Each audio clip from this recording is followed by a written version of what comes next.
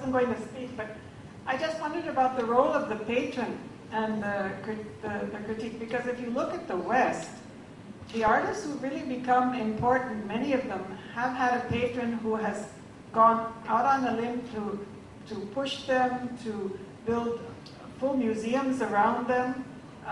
You take even someone like Grace Morley, who founded the National Museum in Delhi. I mean, she was the one who found Jackson Pollock, and Ibn Khaldun, and Liechtenstein, and she worked with Peggy Guggenheim. So that very well-to-do patron, I think the only one we have in India is Anupam Poddar, right? Because they have a tremendous clout when it comes to pushing up artists and getting them known, and then working with the critics to get them to come along. I mean, it's just that I don't know what will happen in India, but I think that's something to look at. Yeah, I would say that the patron is a kind of a different animal in Asia, in a sense, because if you look at some of China's top collectors, they also have art galleries, probably run by their wives, and it's similar in Asia, in India. I mean, it's similar in India in that Asian context as well, because the collector is not supposed to have any financial interest, in a sense, in an artist. I mean, their interest ideally should be that, the patron to support an artist and promote them, but not have that financial interest attached to it. And that doesn't really happen in Asia. In Asia, that equation is very much there for the most part. I'm not taking any names, but, one also has to look at, the role of the patron and what that really means for a culture. We don't have any Medicis, here in Asia, really, because it's still a growing scene, and there's just so much excitement and just interest, kind of floating around to really have those kind of serious collectors who have become patrons and built institutions and museums and, created that kind of legacy for artists. I mean, I think that we're still, we haven't seen that happen in India, and there are many problems attached to that. I mean, the government being one of them. I mean, collectors don't want to be raided, So there's many, I mean, it's a complex model, and it's still, it's a growing nation, and I would say that for the rest of Asia as well, at an institutional governmental level, that understanding and appreciation has to be there for the arts to develop, so it's not just a problem of individuals. I think it's a problem of, I think it's a problem of policy, actually. This is about, my comment is on cultural accessibility. Criticism is a catalyst. It's a cultural catalyst. And it has to be kept alive by cultural leaders. If we have cultural leaders, this catalyst has to be kept alive. Like there will be, between the marriage of capitalism and democracy, there is one fantastic stud who is roaming the streets of the planet called consumerism. And he knows neither capitalism nor is he democratic. So that is what rules the mindset of editors, media people and their attitude. Like Nifty, Sensex, equity, mutual funds, some avalanche of whatever stuff. I get to read every day, 2 pages I can't read.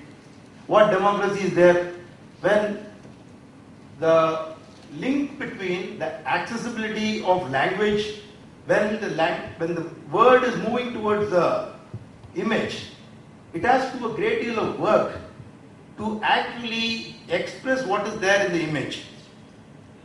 So there is a need for technical language. When I don't understand Nifty and Sensex for 20 years, why should I expect everybody to understand the technical language? Is there any democracy in this? I think we have to wrap up in about 5 minutes, so if you have... Yeah. So if you have any... I'm aware. Oh, okay. Sorry. Maybe the moderator No. take over. No, sorry. I'm playing the presenter and... I'd like to raise a small issue. Yeah, please. See, art critics, I want to draw your attention to one issue, that is, does art critics write differently when they write for a commercial gallery, or usually they work for a commercial gallery or something like that? They write slightly differently from when it is individual, independent artist exhibitions.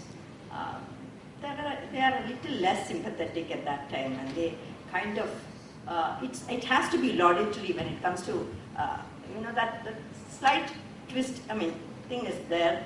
I think I won't pose that question to you. I think that was already kind of touched upon when Shagishta spoke of and the different registers that you have, that you would write for a newspaper in one way. A catalog essay, she mentioned, is always laudatory, and it would also then have a smaller audience and then require a different kind of language. Then a more academic publication would require a different sort of terminology again. So, is there anything beyond that you would what I'm talking about is about a commercial gallery having a show, and an independent artist having a show independently. Yeah. So both will they be treated differently? Usually they're more free to critique or criticize or be less sympathetic to the independent artist rather than gallery under a gallery umbrella. Okay, that's a fair point. Does Art India do that? Are you more generous to galleries than individuals? Are there any more? We have perhaps one more question, time for one more question before we do a sort of wrap up. Is there any comment or question from the audience? Well, great. I think that we have kind of teased open some of the, obviously from the discussion it is obvious, it is clear that art criticism is in some kind of crisis, and it is being pushed and pulled in different directions because of changes in the marketplace, because of changes in the media, because of changes in the way curatorship and international exhibitions are organized.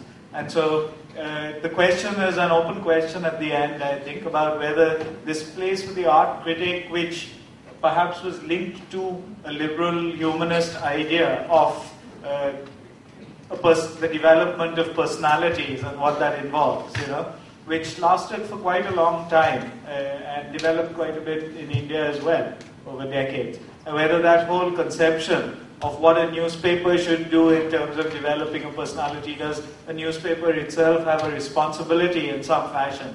Or is it just another commodity, as the Times of India owners would say, as any other commodity? So it does not have any special responsibilities, and it will only judge content on the basis of how popular it is.